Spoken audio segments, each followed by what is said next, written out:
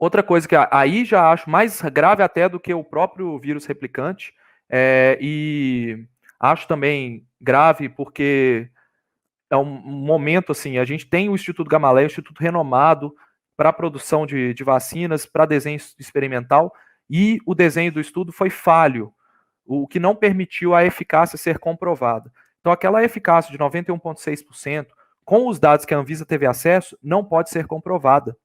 Por quê? 3 problemas principais. O período de coleta da PCR a partir dos sintomas não foi padronizado. Eu já expliquei diversas vezes para vocês aqui que o PCR ele tem que ser colhido do 3º ao 7º dia a partir dos sintomas, né? Acho que é isso mesmo. 3º ao 7º dia a partir dos sintomas. Então, se não tem uma padronização para isso, pessoas depois de 10 dias podem ter colhido e pessoas com 1 dia podem ter colhido.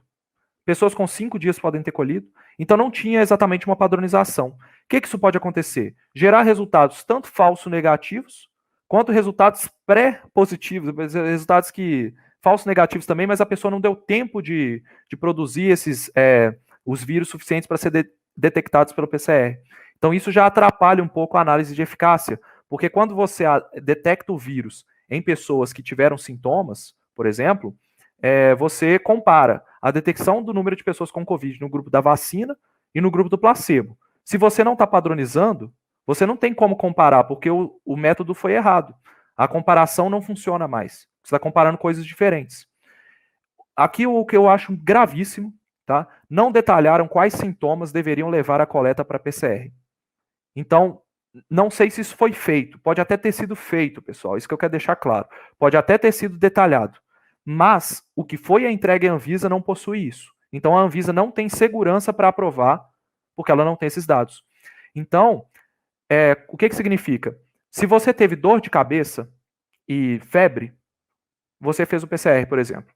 Outra pessoa teve dor de cabeça, dor no corpo, resfriado, sintomas de resfriado, mas não teve febre, às vezes ela não fez o PCR, porque não tem padronização.